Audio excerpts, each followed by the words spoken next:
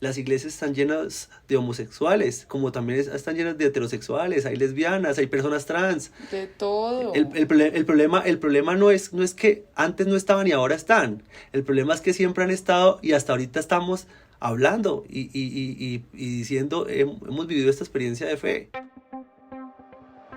Somos las conflictuadas, un combo de amigas con muchas preguntas y por supuesto conflictos sobre cómo vivir nuestra fe como católicas en el siglo XXI. Te invitamos a charlar con nosotras, no importa cuál sea tu posición frente a la iglesia, el catolicismo y los muchos otros temas complejos que están relacionados. Yo soy Daniela Rojas. Yo soy María José Cabra. Y yo soy Andrea Toro. Y queremos que nos acompañes a vivir esos conflictos, porque la verdad, muy maluco estar conflictuadas solas. Hola conflictuadas y conflictuados, qué emoción poder compartir con ustedes un nuevo conflicto porque los conflictos no se acaban y por eso seguimos aquí en esta quinta temporada y creemos que va a haber muchas más porque es que a este ritmo de verdad los conflictos casi que se multiplican. Hoy queremos hablar de un tema que a nivel personal me ha generado mucho ruido desde que decidí como conscientemente ser católica y pues católica practicante.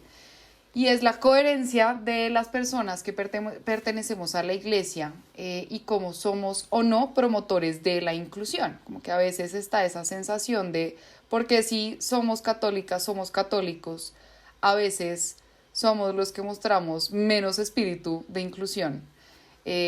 Por un lado, igual, creo que la iglesia ha sido una gran promotora de la inclusión en muchos ámbitos, en los derechos humanos, ha impulsado y llevado, no sé, la educación, la salud a un montón de lugares y de grupos y de personas que no tendrían acceso a esto. Pero pues también por otro lado uno reconoce que la iglesia pues no ha sido como el principal ejemplo de inclusión y eso ha pasado pues a nivel histórico y actualmente y sobre todo se ve con ciertos grupos de personas. Y esto pues es algo que la iglesia actualmente reconoce, o sea, es algo que se está hablando y sobre todo es con ciertos grupos de personas dentro de esos, cómo incluir más a las mujeres, cómo incluir a personas LGBTQ+, jóvenes, personas en situación de discapacidad, migrantes. Bueno, hay un montón de grupos que igual son grupos que tenemos el reto como sociedad, no solo como iglesia, de incluirlos mucho más, pero esa conversación pues también la queremos tener aquí y es como ese reto que tenemos como iglesia para incluir mucho más a todo tipo de personas y de comunidades. Y esto pues lo hablábamos de hecho al finales del episodio, del último episodio de la anterior temporada. Totalmente. Y pues más que todo también es un reto porque vemos que la inclusión como tal se está viendo en todos los aspectos, o sea, en la empresa, en los colegios, en los planes políticos, o sea, en muchos ámbitos y es muy loco que a veces en la iglesia no se vea de una manera pues por ponerlo entre comillas, completa. Igual también vemos pues que la iglesia está haciendo un esfuerzo por incluirlo o por lo menos abrir el espacio para hablarlo. De pronto no hasta el LGTBQ, pero el tema de la homosexualidad, por ejemplo, es algo que se está empezando a conversar, que obviamente muchas personas critican que es algo pues muy arcaico que apenas se esté haciendo, pero pues son pasos importantes que se están dando. O sea, así lo conversamos en nuestro capítulo del sínodo, el capítulo 41, para que lo vayan y lo escuchen, que son todos esos temas que se están hablando ahorita en la iglesia, como para ver cómo se va a interpretar, porque pues definitivamente somos una sociedad cambiante. Y bueno, y ahí hablando pues como del Papa, porque pues es el que está motivando todos estos cambios, tiene una frase que me pareció pues súper loca, nos pareció muy loca cuando estábamos investigando esto, y es, lo voy a abrir comillas, voy a citar: nadie se escandaliza si doy la bendición a un empresario que quizás explota a la gente, y eso es un pecado gravísimo, mientras que se escandalizan si se la doy a alguien homosexual. Esto es hipocresía. Todos tenemos que respetarnos unos a otros, todos. Entonces, pues, tal como decía Majo, es un tema de coherencia de cómo soy misericordioso, cómo pido perdón, cómo todo, pues, con alguien que es socialmente aceptado, pero porque no puedo hacerlo también con alguien que es marginado. Entonces, mejor dicho, tenemos un tema que creo que da para bailar de aquí a la luna, más o menos. Está buenísimo. Sí. Y pues definitivamente nosotras no somos expertas en esto y por eso tenemos a un invitado experto en teologías contextuales con quien queremos hablar de estos retos que tiene la Iglesia en este momento para promover sobre todo la inclusión ante la diversidad sexual. Él es Anderson Santos, es filósofo de la Javeriana y actualmente está haciendo un doctorado de teología en esta misma universidad. Es de Santander, pero además de todo esto, para que vean lo experto que es, ha hecho varios estudios en cristología, religión, doctrina social de la Iglesia, en estudios de género, en diferentes instituciones como Boston College, Universidad de Edimburgo. Y aparte, digamos, como de los temas académicos, que pues es una persona que le gusta mucho lo académico, como ya vemos y iremos conociéndolo, tiene un papel crucial como editor y corrector de textos teológicos en la Facultad de Teología de la Javeriana. Trabaja también como investigador en el Instituto Sofía de St. Louis, en Estados Unidos, y contribuye en al núcleo de investigación de Grupo Intercultural, Interdisciplinario e Interreligioso sobre decolonialidad, está difícil decir esa palabra, migraciones y sexualidad. Y bueno, digamos que además está como editor adjunto de Conexión Queer, que es una revista latinoamericana y caribeña de teologías queer. Ya vamos a adentrarnos más porque seguro muchos ahí pensaron como qué es esto de teologías queer. Es consultor también para un proyecto digital de teología sin vergüenza. Bueno, en fin, tiene un montón de publicaciones en estos temas por si quedan dudas de que es un experto al respecto, y estamos muy felices de tenerte aquí, Anderson. Bienvenido. Muchas gracias, Majo y Andrea. Qué rico estar en este podcast que tanto me gusta. Quiero comenzar diciendo precisamente que yo soy un conflictuado y que cuando descubrí este espacio de conversación me pareció maravilloso porque de entrada descubrí, o esa fue mi impresión, que era un lugar donde no se debatía, sino que se conversaba, y eso es distinto, porque los conflictos no se debaten, los conflictos que se debaten terminan en guerras, pero cuando uno conversa sobre un conflicto termina abriendo nuevos caminos y por lo menos reconociendo a la persona que tiene una postura distinta o que no conozco, porque a veces no es que sea distinta, es que no me he tomado el tiempo de considerarla, por lo menos, y nos pasa a todos con los 1000 temas de la vida, ¿no? Entonces, de entrada, agradecido con ustedes por este espacio, y pues espero que esta conversación también suscite muchos conflictos, pues porque creo que es lo más auténtico de alguien que vive una fe cristiana con el corazón, ¿no? Los conflictos. Ay, no, amé todo. Quiero como, o sea, escribir y ponerlo al frente de mi escritorio, pero amé eso que dijiste, los conflictos se debaten, que terminan en guerra, y pues gracias por eso, porque creo que temas como el que vamos a hablar aquí, pues a veces se toman con mucha, ¿cómo se dice eso? Se toman de una manera muy personal, y la gente no abre el corazón como a escucharlos, y creo que termina la gente más brava en vez de más, ¿cómo se dice? Por lo menos más abierta a hablarlo. Entonces pues creo que es la mejor manera de empezar esto. Y bueno, y pues también como para empezarte a preguntar temas que bueno, para empezarnos a adentrar es, bueno, también cómo ha sido tu historia de fe y qué te motivó a enfocarte, bueno, en teología queer y los derechos de las personas LGBTQ+.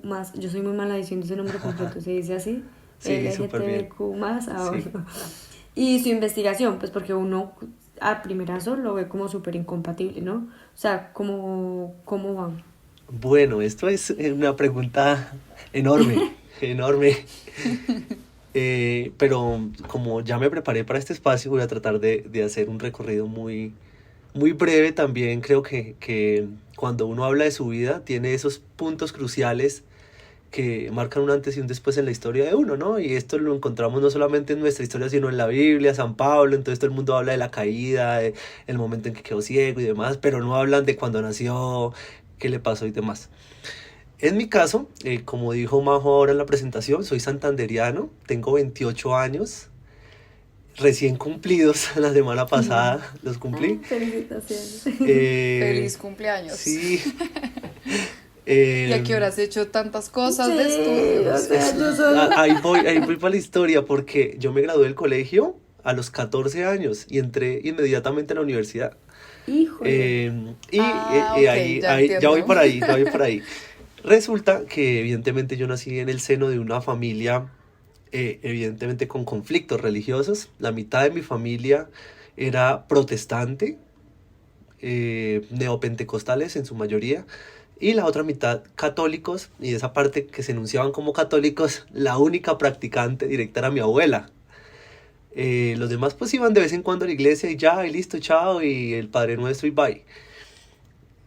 Por fortuna, yo me crié con mi abuela, porque mi mamá murió cuando yo tenía 4 años, y pues la persona que se hizo cargo de mí desde muy temprana edad fue mi abuela. Y ella me educó en la fe cristiana, y no solamente me educó, me transmitió su fe, que era lo que yo veía en ella. La casa de mi abuela es al frente de una iglesia, de una parroquia en Florida Blanca, Santander. Entonces crecí despertándome todos los días con las campanas de la iglesia, ya para mí era la alarma y demás, y teniendo una vida pastoral muy activa en toda mi infancia, desde infancia misionera, fui monaguillo, estuve en el grupo juvenil de mi parroquia, en toda la vida propia de una vida parroquial, por lo que para mí la fe es algo indispensable y fundamental, no es algo que se pueda quitar de mi vida y que diga, no, aquí no la dejo y esto lo hago sin fe, pues porque es la columna vertebral de lo que soy realmente. Y pues por eso me he comprometido con las teologías en esta etapa de mi vida. Espero salir vivo del doctorado. Pero evidentemente desde mi adolescencia, para retomar la historia, comencé a percatarme de algunas cosas que ponían en duda, o más bien que en duda, me llevaban a vivir crisis de fe, y estaban en su mayoría atravesadas por la orientación sexual. Porque aunque amaba profundamente mi iglesia, iba, servía en el altar, ayudaba, incluso con mi abuela visitaba enfermos, constantemente escuchaba en algunos discursos que la homosexualidad era un pecado. Evidentemente esto, ¿qué ocasionó en mí? En primer momento, que tratara de ocultar mi orientación sexual. Las cosas se pusieron un poco más complejas cuando terminé el colegio. A los 14 años entré a la UIS, a la Universidad Industrial de Santander, a estudiar ingeniería civil. ¿Por qué? No sé. Entré en ingeniería civil, hice solo un año de ingeniería civil y pues me di cuenta pues que no era lo mío. Pero no porque la ingeniería civil no me gustara, sino porque estaba viviendo una crisis de identidad. Estaba en un momento muy temprana edad, entrando a una universidad, abriéndome así de buenas a primeras al mundo, pues porque había crecido todo el tiempo en la casa con mi abuela y sin un problema fundamental sin resolver, y era mi orientación sexual. Yo había tratado de evadir. Evidentemente en el colegio uno mira niños y demás, pero era una situación que no había resuelto y que debía resolver conmigo mismo. Entonces estaba en esta crisis, decidí parar la universidad y me fui un año de voluntariado a Chile, a servir como voluntario en los servicios que ofrece la Compañía de Jesús en Chile: Misión País, Trabajo País, Siembra, Un Techo para mi País y demás. Estuve todo un año en Chile haciendo estos voluntariados que para mí marcaron, como decía ahora, el antes y el después de mi vida, porque me obligaron de entrada con la realidad concreta de las personas. Esto fue en el 2012, en Chile todavía se estaba recuperando del último terremoto fuerte, y pues la misión era ir a ayudar desde nuestras posibilidades. Y estando allí, tuve ese año para yo mismo pensar en mis propios conflictos y en cómo esa era una oportunidad que Dios me estaba dando para realmente, como dice el profeta, llevarme al desierto y hablarme al corazón, porque realmente estaba en el desierto de Chile, estaba en una zona que se llama Careno Valle, llena de serpientes además y viñedos, y ahí estaba. Y esta misión me sirvió también para pensar en quién era y en qué quería hacer con mi vida. Y estando en Chile, en esta experiencia llegué a 2 grandes conclusiones. La primera, que uno de los aspectos más importantes, puedo decir que el más importante de mi vida, es mi religión y mi espiritualidad. Esto es innegociable para mí. y por ser algo tan innegociable, no estoy dispuesto a discutir sobre ello, porque creo que lo que he vivido y las experiencias que Dios me ha regalado también me han dado esta certeza de que soy su hijo y que soy un hijo amado de él. Entonces esto para mí ya es una certeza, no dudo para decir, ¿será que sí me quiere Dios? No, para mí no se pone en duda. Y por otro lado, Pero qué crack llegar a esa conclusión a los 15 años. O sea, yo a los 15 años no estaba cerca. sí, mirar en retrospectiva, claro, pero mirar en retrospectiva para mí implicaba ver que aunque no tuve a mi madre presente, tuve a una abuela fabulosa y que en últimas todo lo que yo creía o la persona que era a esa edad, en su mayoría se debía a mi abuela y al amor que ella me había entregado de múltiples maneras. Entonces, evidentemente estaba muy pequeño, había mil dudas en mi cabeza, pero esta ya era una certeza. La segunda era que debía prestarle atención a mi orientación sexual. Y no podía evadir esto porque pues que estaba en la época de la adolescencia, imagínense. O sea, en el desarrollo y demás, y que era una pregunta que no podía postergar y que no podía evadir. Yo regresé a Colombia, en este periodo en Chile, conocí a muchas comunidades religiosas que también estaban apostándole al servicio social y que estaban liderando esta pastoral en Chile, entre ellos los jesuitas, los carmelitas y los franciscanos. Y me apasionó ver a estos hombres y mujeres darle a Dios el 2000% en esta misión que no era para nada fácil. En serio, nos tocaba en días dormir en iglesias abandonadas con la grieta en el techo de la herida estructural del terremoto y dormir ahí en el suelo, en una estera. No, Sí, impresionante. fue una La experiencia. vocación de los misioneros Sí, me impresiona. exactamente. Y nosotros estábamos ahí momentáneamente. Ellos estaban ahí al 100% todos los días. Es su vida. Es su vida. Sí. Entonces apareció esa cuestión en mi vida. Entonces llegué a Colombia. Evidentemente detuve la ingeniería civil de una vez para siempre.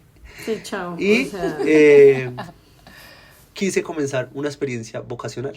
Entonces toqué a las puertas de un convento, las Carmelitas Descalzas de Florida Blanca, y comencé mi proceso de discernimiento vocacional con los carmelitas, evidentemente. Estando en este proceso, me di cuenta, pues tuve la posibilidad estaba próximo a cumplir los 17 años, no podía entrar siendo menor de edad, entonces tenía que esperar que tuviera 18. Entré a los 18. Eso te iba a preguntar. Me acaba de surgir la duda de si uno puede entrar a seminario siendo menor de edad. Antes se podía, creo que todavía se puede con permiso especial, pues para que no parezca que es secuestro o algo así, pero normalmente se espera por discernimiento hasta los 18 años. Entonces, pues tiene sentido, pues. sí, claro, tiene sentido. Igual a los 18 uno no sabe qué quiere hacer en la vida, pero pues bueno. Estuve un año entero en discernimiento con los carmelitas y también con apoyo psicológico para entrar al convento.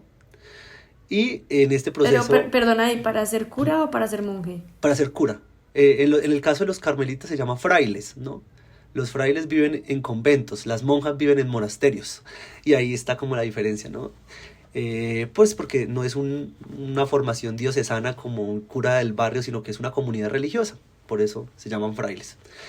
Y hablando con la psicóloga que acompañaba mi proceso vocacional, yo le dije, me decía que cuáles eran mis impedimentos para entrar.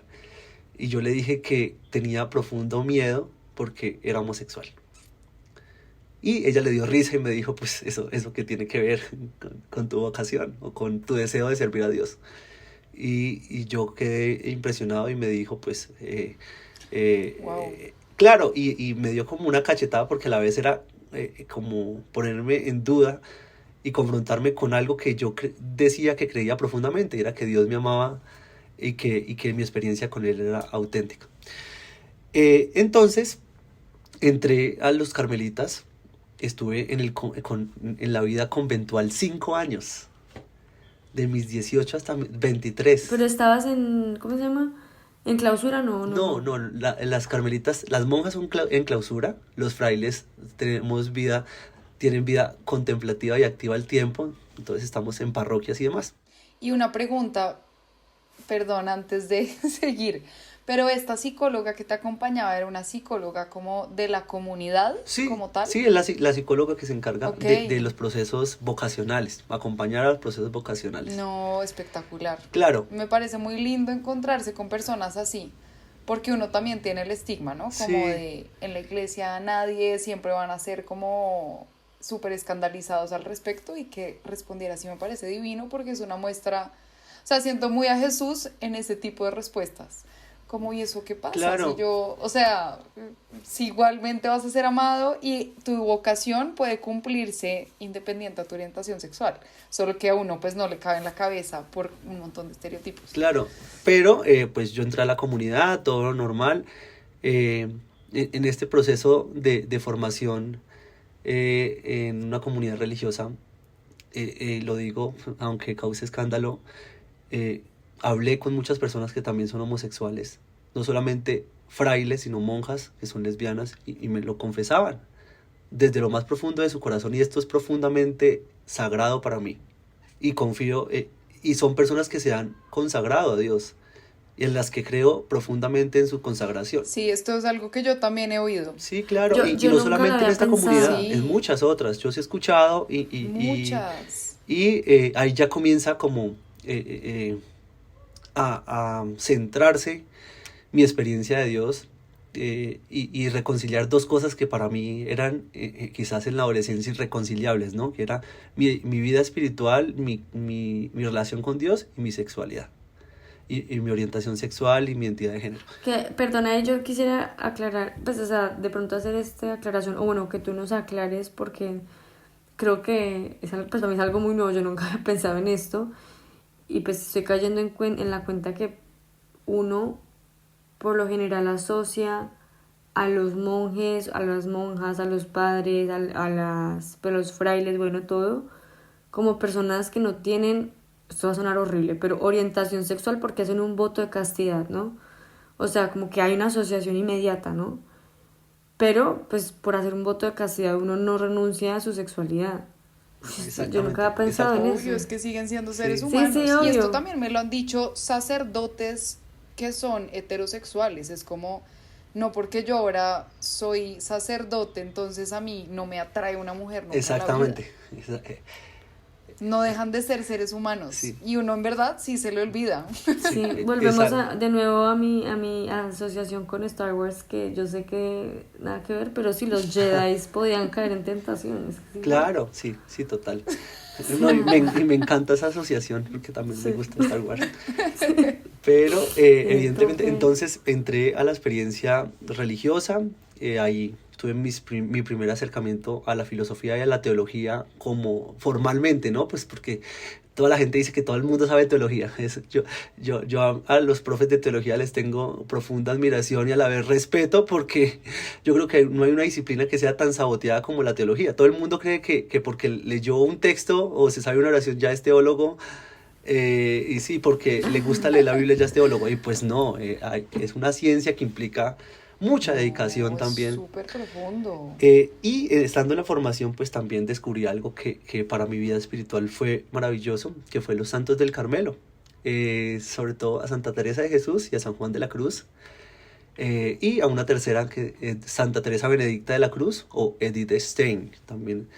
se Sí, que llama. esa vieja es la que ha escrito 1000 textos súper importantes. Claro, la filósofa. No conocía su nombre. Sí. ¿Religioso? Religioso. Sí, sí. Estos tres santos del Carmelo se volvieron mis compañeros espirituales, sobre todo Juan de la Cruz y Edith Stein.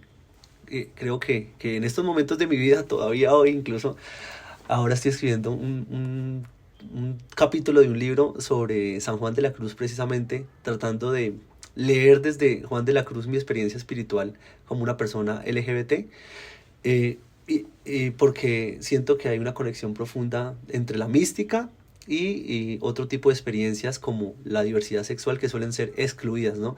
Históricamente los místicos han sido las personas más excluidas de todas las sociedades, las personas de las que más se han sospechado, las personas a las que más han llamado locos, las personas a las que nadie les ha creído en absoluto lo que han dicho. Pues sí, luego las canonizan, las pontifican y demás, pero cuando nacen, cuando están viviendo su experiencia de Dios, nadie les cree.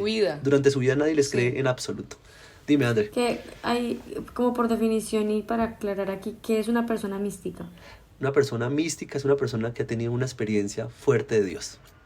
Esto en todas las épocas ha tenido distintas connotaciones, ¿no? No solamente son las personas que han tenido levitaciones o cosas así, o que lo relatan, sino que sobre todo del siglo XX en adelante han surgido místicos de la vida cotidiana que se llaman, ¿no? Como Edith Stein, personas que a través de la oración y la contemplación llegaron a tener experiencias profundas con esto que llamamos Dios, ¿no? Que cuesta, uno dice, sí, una experiencia profunda que, pues, Edith Stein va a decir que tenía experiencias en las que se sentía sostenida por la mano de Dios y la relata y son experiencias de oración profunda, no son cosas de que se abre el cielo y baja una voz, no, son experiencias de certidumbre que hacen que la persona que las experimenta se sienta profundamente amada por Dios. Hacia allá ahora vamos, porque vuelvo a mi historia, estaba en mi experiencia en el convento, descubriendo esta espiritualidad, descubriéndome a mí también de la mano de los santos y experimentando ¿qué? La vulnerabilidad humana en sus múltiples expresiones, entre esas la sexualidad, la dificultad de tener claridades frente a algunos aspectos de mi vida, heridas de mi historia y demás, pues que la soledad de los conventos propician, ¿no? También el silencio de los conventos. Para cerrar este ciclo, esta experiencia en mi vida la miro con mucha gratitud. Quizás cuando salí del convento por decisión propia pensé que había sido la peor decisión de mi vida, pues porque uno dice, ay, perdí 5 años de mi vida. No, ahora digo que es la mejor decisión de mi vida, pues porque me ratificó que las instituciones, los lugares, las comunidades son pasajeras, pero lo único que no es pasajero es Dios. Y creo que esto sí le da a uno una certeza, vuelvo a la certeza porque creo que cuando hablamos de Dios, más que decir lo que dijeron los santos, lo que dice la Biblia, hablamos de lo que nosotros mismos hemos vivido, ¿no? Y hemos sentido. Entonces salí de la comunidad y entré aquí en la Javeriana a estudiar filosofía. Hice la carrera de filosofía y en la carrera de filosofía rompí nuevamente como unos prejuicios que tenía sobre la filosofía, ¿no? El primero era que era para ateos. Y cosas por este estilo. Pues no, en mi caso la filosofía me acercó mucho más a Dios. Está bueno eso. Sí, no, entonces dije filósofo, no, ateo, ¿no? Para mí, en mi caso... Sí, creo que yo también hacía un poco esa asociación en mi cabeza, o sea, me acabas de acercar en cuenta. Todavía, sí, es casi, y teólogo creyente, y pues no, yo he conocido filósofos muy creyentes y teólogos muy ateos. Entonces creo que esto comenzó a llegar a mi vida como a ayudarme a madurar en muchos aspectos de mi propia vida, pero también a conocerme mucho mejor a mí mismo. Y mis compañeros en la filosofía fueron San Agustín por un lado. Mi trabajo desde el segundo semestre de filosofía hasta el final de la carrera estuvo muy de la mano de Agustín, pues porque uno en la carrera tiene la posibilidad de escoger a qué seminarios de énfasis asiste, ¿no? Para cumplir los requisitos de énfasis. Y pues yo tuve la posibilidad de estar siempre en los seminarios de filosofía medieval y sobre todo en donde se hablara de San Agustín, pues porque la obra de Agustín de las Confesiones para mí es una obra que también mueve mucho mi corazón frente a lo que es la experiencia de Dios. Y pues mi tesis en filosofía terminó siendo sobre las Confesiones de San Agustín. Y por otro lado, comenzó a aparecer un personaje muy interesante que para mucha gente es causa de guerra, pero para mí no, porque siento que también me ha ayudado a sanar mi historia, que es Judith Butler. Y aparecieron al tiempo. Judith Butler, la filósofa feminista, teórica queer, filósofa feminista, Judith Butler. Y esto que propició que mi formación en filosofía fuera por estas dos vertientes. Por un lado, volviera con mucho amor a la patrística medieval, a los textos de Agustín, de Gregorio de Niza, de los padres de la iglesia sobre todo, y de las madres de la iglesia que se desconocen, las llamadas amas, por ejemplo, que tienen también experiencias muy interesantes, la mística renana y mística medieval, que está en los arbores del siglo XIII, XIV, XV, ahí vuelvo al Carmelo del siglo XV y demás, y siglo XVI, perdón, y por otro lado, esta filosofía contemporánea que ha puesto también en jaque o ha obligado a repensar cuestiones de corporalidad, de sexualidad, de identidad, pero también ha puesto en duda lo que solemos creer que son las instituciones y demás. Y bueno, pues yo no le vi problema seguir paralelamente estas dos líneas. Evidentemente, por el caso de la tesis de filosofía, me tuve que centrar en un solo autor y decidí las Confesiones de San Agustín, que a la vez lo hice como un propósito, con un propósito específico, y era también volver a la filosofía cristiana, que para mí es muy poderosa, ¿no? Y creo que San Agustín, insistentemente lo invita a uno, así sea filósofo o lo que sea, a meditar y a preguntarse por qué dice, por ejemplo, que Dios es una belleza tan antigua y tan nueva, que tarde lo amamos, que aunque nosotros nos alejemos, Él está ahí y demás. Entonces creo que también fue una suerte de terapia espiritual para mí. Y creo que eso es lo que hacen los escritos espirituales, ¿no? Y por eso constantemente los directores espirituales se lo mandan a uno a leer a místicos, a santos y demás, pues porque en sus historias de vida uno de múltiples maneras se refleja, ¿no? Creo que esto es muy poderoso de la vida de los santos. Me encanta que toques ese punto porque es una tarea que me han puesto varias personas en muchos momentos de la vida, leer más de los santos, y no lo he hecho. O sea, es algo que he pospuesto un montón, pero aquí tú reiteras Sí, eso, no, entonces es maravilloso. qué lindo. Y hay un criterio maravilloso, y es que casi siempre uno no busca el santo que va a leer, ese santo lo encuentra a uno de múltiples maneras. Entonces, si quizás antes de comenzar a leer a alguien, piensen qué texto o qué santo alguna vez los apasionó en una película, en una canción y demás. Y quizás ahí ya tienen la intuición de a quién deben leer, ¿no? Porque a veces uno se esfuerza también a leer a alguien pues, a Santo Tomás de Aquino. No, eso es muy difícil, la Suma Teológica, no. Eso hasta para uno que estudia filosofía y teología es como, qué ladrillo. Pero Sí. hay gente que siente profunda conexión con Santo Tomás. Felicitaciones. Ay, no, después nos haces una listica de libros bien bacanas. Claro así que sí, como claro que sí. Sí. Un capítulo solo de santos. de libros. Ay, me encantaría. Ay, en Sí, verdad sí sí, podría ser claro muy que chévere sí, para dejar sí. aquí varias recomendaciones No, también para y quienes además, nos oyen y como y además empezar por algún hay lado. una infinitud. Bueno, volviendo a la historia, terminé filosofía, precisamente estando en el último año de filosofía en el 2020, me encontré con algo que marcó, con un punto como crítico otra vez en mi historia, que marcó un antes y un después. Y es que descubrí a una teóloga feminista que se llama Marcela Althaus-Reid. Marcela, toda Latinoamérica la desconoce, en su mayoría, no todos, porque hay un grupo que va creciendo. Marcela Althaus-Reid fue una mujer argentina que nació en 1952 y que creció en los umbrales del cristianismo, no solamente católico, sino también protestante de múltiples denominaciones, pero siempre tuvo como sobre su horizonte la pregunta por la presencia de Dios en la vida del ser humano, por decirlo de alguna manera. A Marcela le sorprendía muchísimo que normalmente cuando se hablaba, por ejemplo, de teología de la liberación, se hablaba del pobre en abstracto. Sí, el pobre y todo era el pobre, pero entre tanta alusión al pobre se difuminaba el pobre, ¿no? Y se nos olvidaba que el pobre está al lado y que quizás los pobres somos nosotros mismos. En el caso de Marcela, Ahí, dime. pregunta, perdón, Sí. rápida, ¿qué es la teología de la liberación? Porque creo que Bueno. varias personas no lo tenemos tan Bueno, claro. realmente no hay una teología de la liberación, son múltiples. Las teologías de la liberación son entran dentro de las teologías contextuales, entran en tanto que son apuestas teológicas por considerar la liberación de los más oprimidos, por decirlo de alguna manera reducida. Por favor, teólogos de la liberación que escuchen esto, no me maten, pero es por decirlo de alguna manera sencilla.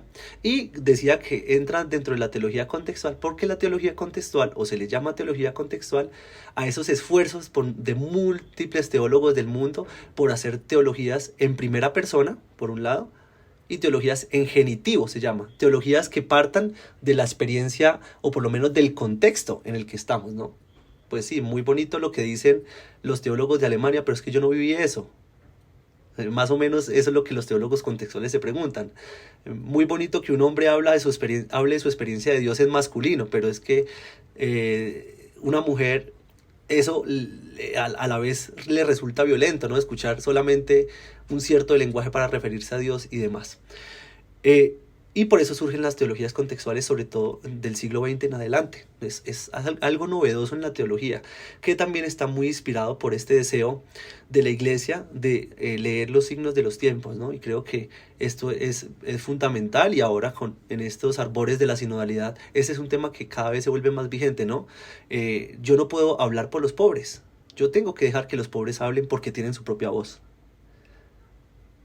Y muchos de estos aspectos yo comencé a descubrirlos en Marcela Altaus-Reid, sobre todo en dos libros particulares que Marcela escribió, que en el mundo son muy conocidos y en Latinoamérica trágicamente no. Basta decir también que Marcela murió en el 2009, o sea, murió muy joven, a ser aproximadamente a menos de 50 años murió. Y los dos libros a los que me refiero de Marcela y que tuve la oportunidad de leer en el 2020 son, por un lado, El Dios Queer, o The Queer God, y el otro, Indecent Theology, o Teología Indecente. Son dos apuestas de Marcela por producir teología desde su realidad como mujer pobre argentina, en Argentina, en medio de la dictadura, que no es algo Tremendo, sencillo, ¿no? Pues, exactamente. sí. A comienzos de los 2000 los escribió. Y en estas obras, Marcela busca problematizar el modo en que nosotros nos referimos a Dios. Entonces yo tenía sobre la mesa la teología patrística y mi experiencia con los santos del Carmelo. Esta corriente de pensamiento contemporáneo que busca poner sobre la mesa los problemas del feminismo, del género, de la identidad sexual, de la familia, de las instituciones, de las sociedades y demás, de la ecología también, y aparecía una tercera figura importantísima, Marcela Altaus-Reid, una teóloga contextual y queer. Con esto sobre la mesa, mi experiencia de Dios también comenzó a cambiar, ¿no? Había un aspecto fundamental que se añadía, y era evaluarme y preguntarme a mí mismo cómo era mi relación con Dios, o si eso que yo llamaba relación con Dios realmente era un reencauche de lo que escuchaba en los santos del Carmelo, en la Biblia y demás, y realmente mi experiencia de Dios no era auténtica, sino que estaba construida sobre lo que otras personas decían de Dios, no sobre lo que yo podía o había experimentado. Entonces, evidentemente, como que el panorama comenzó a tornarse un poco más disruptivo, ¿no? Pues porque, por ejemplo, me llevaba a pensar que normalmente se habla de Dios en masculino. Las feministas han recuperado la voz o la agencia femenina de Dios, ¿no? Y lo presentan a la divinidad como madre, la ruach, la fuerza divina, que es válido porque hay muchas traducciones en la Biblia que desde el griego y el hebreo llegan a esa significación. En mi caso me hacía preguntar con otros teólogos queer y contextuales si yo soy creado a imagen y semejanza de Dios y soy homosexual. ¿Será que lo que quizás le ha faltado a mi fe no es también llevar mi vida homosexual, por decirlo de alguna manera, a mi oración también? Y contarle a Dios mis experiencias también de desamor, de dolor y demás, como lo hace una persona que no es homosexual y a la que encuentra cierto consuelo en Dios, por decirlo de alguna manera. Sí, pienso en dos cosas con esto que dices, y es, por un lado, creo que es como ese momento que todas las personas vivimos en algún momento de la fe, y es darnos cuenta de que la relación que tenemos que construir con Dios tiene que ser íntima, ¿sí? Como esa intimidad que uno construye más allá de simplemente como tener una relación que cumple como con unos parámetros y unas cosas que a uno le han enseñado. Entonces es por un lado que siento que está muy ligado como con ese momento de tu vida. Y por otro lado, también pues me estaba acordando del episodio de masculinidades reencontradas que hicimos con el padre Jenner, que es que necesito presentarlos. Yo ya lo conozco porque él hace... ¿Tú conoces al claro, padre Jenner? En diciembre él sustentó su tesis No. doctoral de masculinidades Sí, encontradas aquí en la Javeriana, claro que sí. Sí. Bueno, el padre es súper cercano a nosotras las conflictuadas, y a nivel personal en mi familia y todo. Maravilloso. Y pues tenemos episodio con él.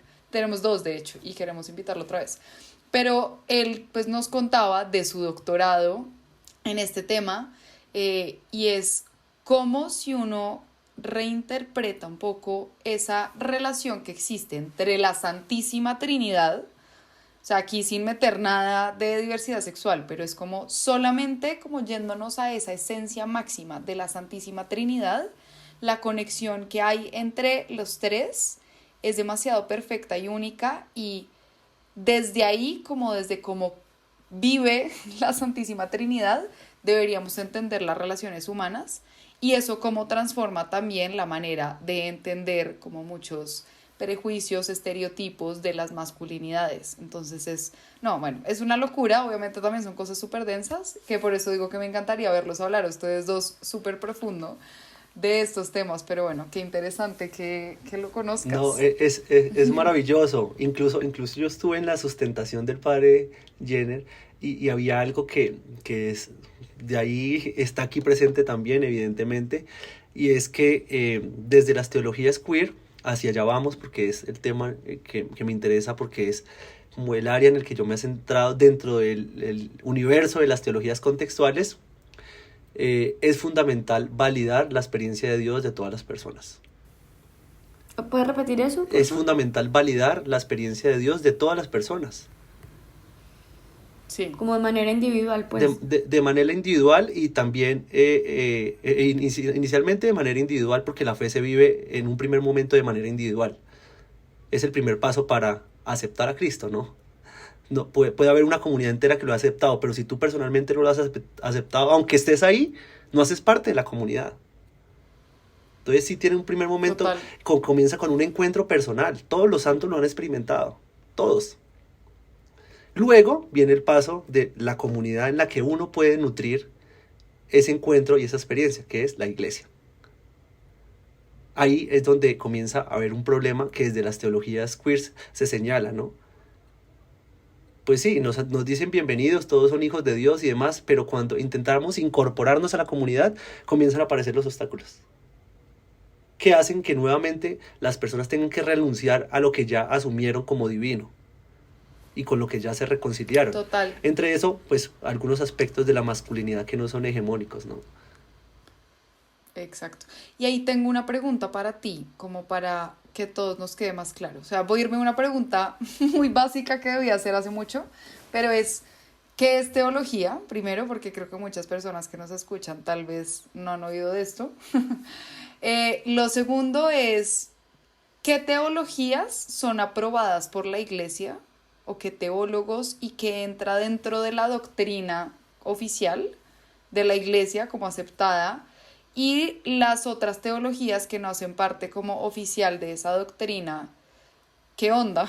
O como qué lugar ocupan, que ahí pues me imagino que están las queer, y si nos puedes explicar también qué es teología queer, porque no tengo ni idea. Bueno, esto va de incenso amplio a incenso estricto.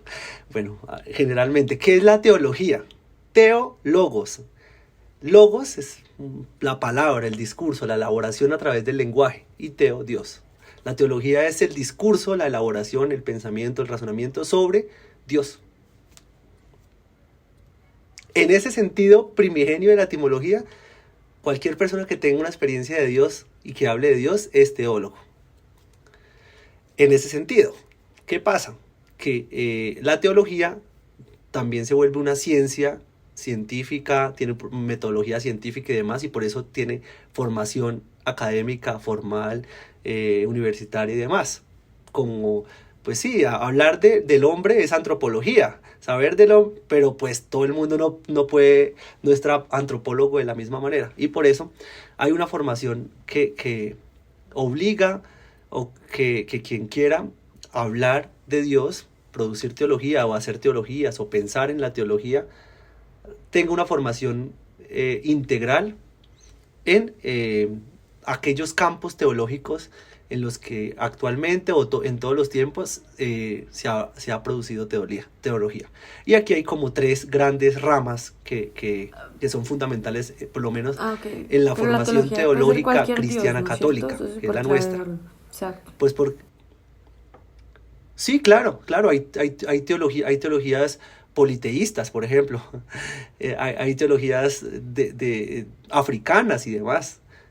Por eso lo limito al campo cristiano católico, que es el nuestro. Hay 3 como aspectos fundamentales que deben estar en la formación de un teólogo católico cristiano. Primero, escrituras, la Biblia. Por eso aprendemos o es necesario que leamos los textos sagrados, aprendamos de exégesis bíblica, que es todo el arte de interpretar las escrituras y demás, que no es tan sencillo como la gente lo piensa. Sí. También uno se quita un sinnúmero de prejuicios sobre cómo se lee la Biblia, ¿no? Y que uno cree que en serio, por ejemplo, el Génesis, que el primer día Dios con el dedo como Matilda en la película, creó algo, el segundo día tal cosa y demás, pero pues no, es un modo también de agudizar con rigor nuestro acercamiento a las escrituras. Entonces, la escritura. La segunda pata de este trípode, por decirlo de alguna manera, es el magisterio. El magisterio, ¿qué dice la iglesia? ¿O qué dicen los documentos oficiales de la iglesia? ¿O qué ha dicho la iglesia en tanto institución sobre la teología? Entonces ahí nos encargamos del estudio de los documentos oficiales de la iglesia, de las encíclicas, el Concilio Vaticano II y demás, el derecho canónico y demás. La tercera pata de este trípode es la tradición. Ahí volvemos sobre los padres de la iglesia, por ejemplo, ¿qué han dicho los padres de la iglesia de los textos sagrados? ¿Qué han dicho los padres de la iglesia de la institución? ¿Qué han dicho los padres de la iglesia sobre otros padres de la iglesia y demás? Estas 3 patas son la base del quehacer teológico cristiano católico. Para algunas religiones la tradición no importa, solo importa la escritura, por ejemplo.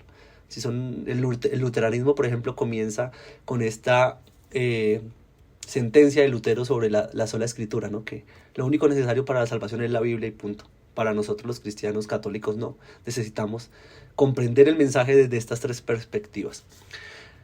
Y ya, teniendo esto a la base, comienzan a aparecer como ámbitos específicos de la teología